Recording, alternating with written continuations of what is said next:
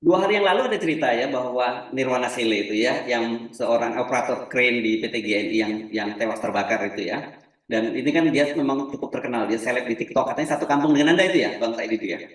Ya itu saya sedih karena satu kampung dengan saya, Pindrang, Sulawesi Selatan, dan memang banyak sekali orang Pindrang yang bekerja di sana. Jadi saya dapat informasi dari mereka apa yang terjadi sebenarnya di dalam. Ya, Dan ya, ya. itu Anda bisa bayangkan Mas Hersu seorang perempuan, gadis di dalam kren terbakar dan menjadi abu. Dan kita diam semua. Ngeri-ngeri ya, ngeri sekali ya itu ya. Dan sebenarnya kalau saya baca-baca gaji mereka ini kan juga nggak gede-gede juga ya Bang Said itu ya. Ya, saya katakan, kejadian itu adalah puncak gunung es ketidakadilan yang terjadi di berbagai daerah dengan investor Cina. Itu berbagai daerah. Kenapa saya paham begini, Mas Yeri? Tahun 2006, saya itu diangkat oleh Menteri SDM Sudirman Said menjadi ketua tim nasional telah smelter nasional. Jadi semua smelter yang mau dibangun itu pasti saya harus telah. Apakah yang saya telah itu adalah termasuk Marwali? Apakah karena aturannya saat itu adalah bahwa setiap pembangun smelter hanya boleh membangun smelter apabila punya IUP. IUP-nya cukup untuk habis sampai dengan smelternya, umur smelternya habis. Izin usaha pertambangan ya, IUP ya. Ya. Nah, atau dia punya kontrak dengan yang punya IUP. Sehingga kita hitung kalau butuh 1 juta ton, maka pabriknya, smelternya 1 juta ton, boleh lebih. Yang kedua, tentang mesin-mesin teknologi yang akan digunakan. Saya akan cek. Yang ketiga adalah tentang tenaga kerja yang akan digunakan. Yang ketiga ini adalah investornya siapa? Apakah akan di Indonesia atau tidak? Nah, jadi saya paham betul anatomi bisnis ini. Yang menarik, tidak sedikit, nggak usah saya sebutkan namanya, itu ada smelter yang tidak memenuhi syarat itu. Tidak memenuhi syarat itu. Nah, kemudian sehingga muncullah tambang-tambang IUP milik penguasa. Sebelumnya nggak ada. Oke, masih harus milik penguasa. Itulah karena muncul di berita, saya nggak tahu benar tidaknya, bahwa tambang-tambang liar yang ada itu, yang merambah hutan, orang dekat penguasa. Ya kan? Ada investigasinya Tempo ya, menunjukkan ya. Banyak sekali. Kalau itu ya istrinya pejabat tinggi, istrinya politisi, dan sebagainya gitu-gitu yang main ya. Dan ini tambang-tambang liar ya gitu ya. Ya, dan ada namanya, di daerah itu sudah dikenal oleh rakyat, namanya IUP konsolidasi. Ya, IUP konsolidasi itu umpamanya daerah A, ada daerah B, ada di antara daerah A dan B itu tidak diberikan kepada siapa, tapi itu dijatahkan kepada penguasa. Kenapa ini terjadi? Karena smelter tidak dicek apakah dia punya bahan baku. Sehingga terjadi pencurian ilegal. Itu yang dihindari. Dan saya paham, smelter yang dibangun, saya nggak sebutkan ini, di sana itu bukan dari izin Kementerian SDM, tapi izin dari Kementerian Perindustrian. Memang aturannya begitu? Aturannya harusnya rekomendasi Kementerian SDM. Dan saat itu saya masih di dalam, tidak pernah kita memberikan rekomendasi ke perusahaan itu membangun smelter.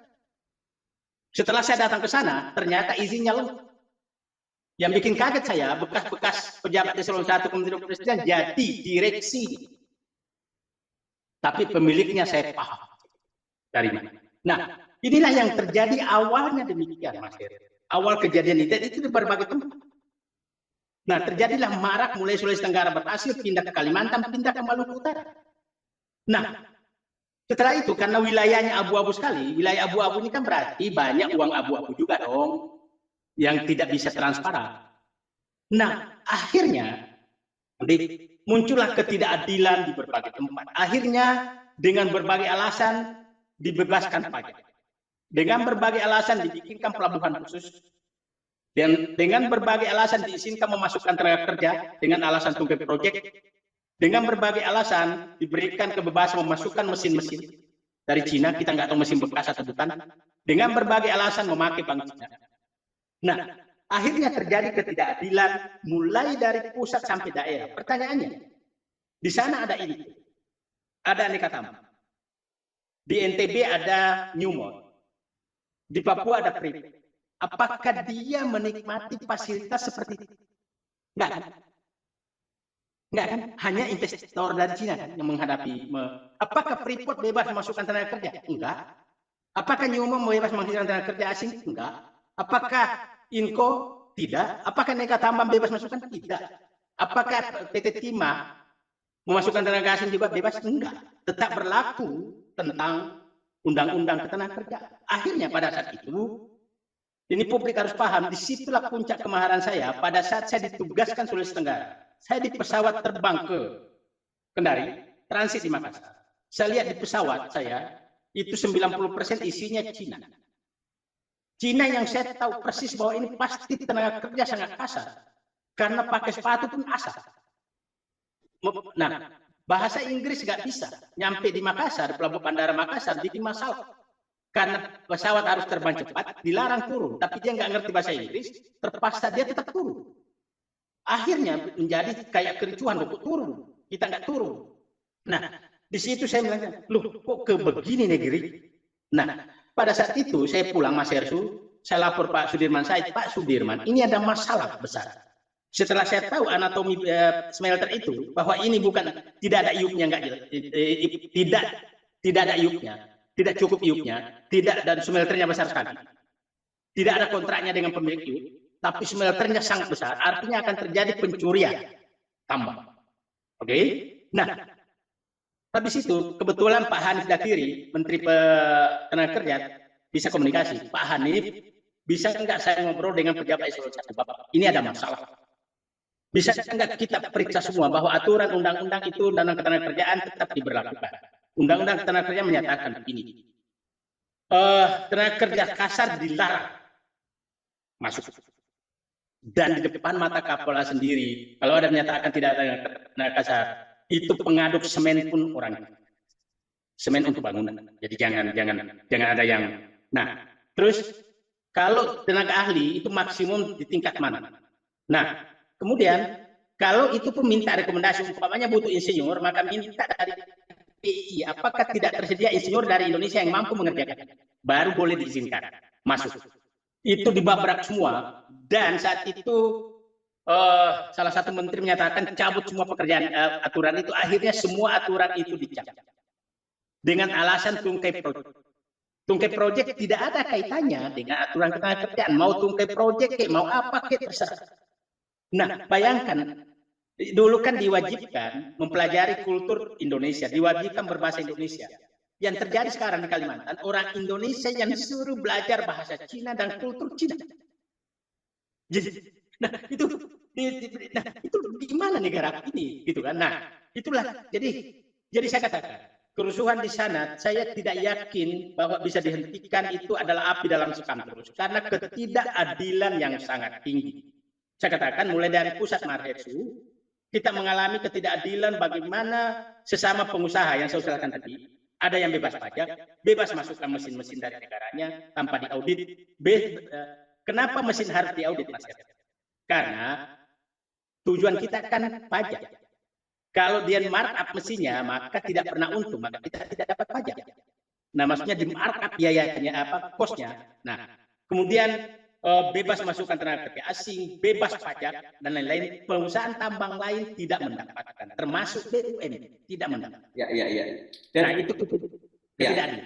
Jadi itu soal mesin itu kan juga bukan hanya soal marketnya, tapi saya kira ada juga berkaitan dengan lingkungan ya. Mesin-mesin yang sudah lama, yang polusinya sangat tinggi kan juga itu berbahaya untuk lingkungan gitu ya. Ya. Amdalnya juga seakan-akan dibebaskan, sehingga bebas saja mau merusak lingkungan, mau apa itu nggak bebas lah mereka. Jadi karpet merah, terlalu banyak karpet merah disiapkan. Jadi kita mulai dari sana tadi, dari segi aturan investasi karpet merah pertama, aturan kedua karpet merah tenaga kerja, yang ketiga karpet merah perlakuan kepada orang asing. Ini menurut saya membuat sakit hati kita semua, Mas Heri. Saya kasih contoh. Saat pandemi, masih ingat Mas Hersu, kita nggak boleh sholat id 2 kali, sholat Idul Fitri dan sholat Idul Adha. Tapi mereka tetap bisa masuk ke Indonesia. Kita masih menyaksikan mereka masuk ke Indonesia. Di situ puncak marahnya kita. Kenapa orang asing boleh bergerak sementara bangsanya sendiri dilarang bergerak? Itu yang tidak. Dan notabene padahal asal dari COVID itu dari negara-negara pekerja yang mondar-mandir di Indonesia itu gitu ya. Yes. Yang kedua, saat mendarat di bandara, maka dia dijemput oleh aparat, dijaga aparat, ngiung-ngiung mengantar mereka. Apakah mereka tidak merasa sombong?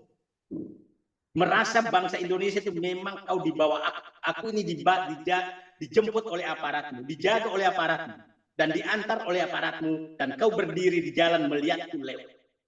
Itu menurut saya, nah itu terjadi protes masyarakat Sulawesi Tenggara kemarin kan, mahasiswa termasuk korban yang meninggal tembak, ya kan. Nah, kasus kemarin, pernah nggak kita mendengarkan pejabat membela tenaga kerja Indonesia? Apalagi Bupati Morowali Utara sama sekali tidak pernah membela tenaga kerja Indonesia. Nah, dari segi itulah kenapa Mas Heri, kenapa kita jaga betul jangan sampai banyak tenaga kerja asing ke Indonesia, karena mereka bebas menggaji apa saja gajinya. Nah, penelitian Marwan Batubara menyatakan bahwa 7-8 kali pada tingkat pendidikan sama gajinya sama, gaji pekerja Indonesia, pekerja Cina lebih tinggi 7-8 kali dibanding gaji pekerja Indonesia. Nah, mereka selalu menyatakan bahwa saya ketemu ngobrol sama Bupati, memang dia kuat sekali, termasuk anggota DPR, kuat sekali mereka bekerja. Mas, Anda pernah lihat mereka penderitaannya di Cina? Penderitaannya di Cina. Jangan dibandingkan dengan orang kita. Mereka datang ke Indonesia itu kayak masuk surga. Anda jangan melihat Cina hanya Beijing sama Shanghai. Anda masuk ke daerah-daerahnya. Nah, itu berat sekali hidupnya. Nah, di sini katanya dia bisa tidur di barak, macam-macam gitu kan. Nah, dia tidur di barak, tapi kan disiapkan makanan. Sementara tenaga kerja kita harus pulang pergi pakai motor. Ya kan? Jadi, nah, jangan bisa bandingkan dengan demikian. Itu nggak bisa. Itulah, tolonglah sekali-sekali membela tenaga kerja kita. Dan saya ingin mengingatkan pemerintah, ketidakadilan ini pasti akan menjadi api dalam sekam apabila tidak diselesaikan. Ya, oke. Ini perkiraan ya Bang Said itu, kalau dari sisi deposit yang ada itu sampai kapan ya tambang-tambang di Indonesia ini? Saya tidak punya data resmi, tapi mereka menyatakan selalu mungkin sekitar 50 tahun. 50 tahun, 50 tahun kalau tidak dibangun smelter terus. Tapi kalau nilai saya pernah data bahwa itu sebenarnya tidak sampai 10 tahun lagi habis. Tidak sampai 10 tahun lagi habis. Nah, itulah saya ingin katakan. Pak Bupati Morowali Utara menyatakan ke saya, menyatakan ke publik bahwa baru masuk itu ekonomi berputar. Nah, betul, itu tidak salah. Karena membandingkan dulu dengan tanah, dengan ada gerakan, ada uang yang beredar. Nah, penjual Indomie di jalan, macam-macam jalan. Tapi, itu kan kita harus menghitung harusnya. Harusnya, itu mungkin 50 kali lebih besar dari itu. Kalau kita kuat bernegosiasi, kenapa? Itu tidak sampai 10% saja tinggal di Indonesia sudah begitu. Dan dia lupa, 5-10 tahun akan datang sudah habis. Sudah habis itu dia lupa itu. Ya, itu yang penting saya tanyakan kenapa deposit sampai kapan, karena dampak lingkungannya setelah itu saya kira luar biasa. Dan kemudian ini saya membayangkan ya, nanti setelah ditinggalkan itu yang terjadi hanya sisa-sisa kerusakan, sementara kemudian nilai tambahnya pada masyarakat itu sama sekali tidak ada gitu ya. Nah, itu perlu kita bahas juga jadinya Mas Hersut. Jadi begini, kan selalu dikaitkan, dulu kan seakan-akan akan dengan memaksa. Nah, ini Pak Presiden selalu menyatakan, saya ketemu tokoh, dia menyatakan, hanya Presiden Jokowi yang berhasil melarang ekspor bahan mentah tambang. Itu kan. Saya katakan, betul. Tapi itu dilakukan setelah sebagian besar tambang kita sudah diserahkan ke Cina. Dan smelter Cina sudah dibangun semua di Indonesia. Jadi pernyataan itu sama dengan mewajibkan. Jadi pernyataan menyatakan melarang ekspor bahan mentah nikel ke luar negeri itu sama dengan pernyataan mewajibkan semua bahan mentah nikel dijual kepada smelter Cina. Kenapa? Karena Inco itu iupnya saja cukup untuk pabrik smelternya.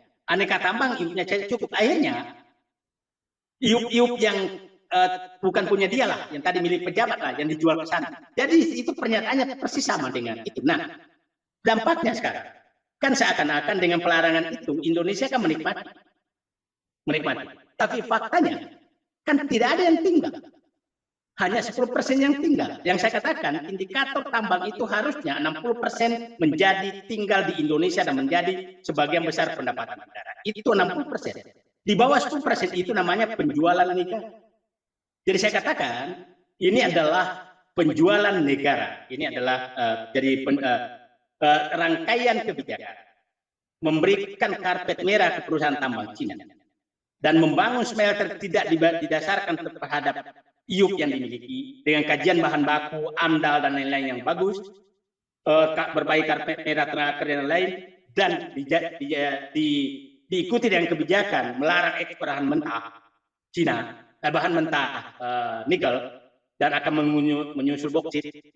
Boksit itu Cina juga di Kalimantan, asal paham. Boksit juga di Maluku Utara nikel. Itu sama dengan mewajibkan seluruh hasil tambang kita dijual ke Cina, tapi tidak uangnya ke smelter Cina. Dan setelah masuk smelter Cina, itu menjadi milik Cina dan tidak kembali ke Indonesia. Itulah kenapa Elon Musk tidak membangun baterai di Indonesia. Selain kita tahu Elon Musk itu sangat ini lingkungan, dia tidak mau melihat kerusakan lingkungan. Kan dia sudah tahu pemilik nikel ini Cina. Ngapain saya bangun di Indonesia? Oke, baik. Terima kasih. Ini ngeri ya. Kita jangan membayangkan. Jadi banyak sekali nanti bom waktu yang ditinggalkan ini ya akibat kebijakan-kebijakan dari pemerintah sekarang. Tadi mulai dari kemarin kita bicara soal utang, soal investasi, dan juga sekarang soal tambang nikel ini ya. Ya, nanti kita akan bicara 10 warisan rezim Jokowi. Oke. Kalau dulu Nabi Musa menghadapi Firaun, itu dapat 10 firman Tuhan. Ya, 10 commandments ya. Yes. Nah, kita tidak tahu apa namanya ini, 10 warisan. Ya, tapi hati-hati ngomongin Firaun ya. Oke, Bang Tani itu. Yuk, Assalamualaikum.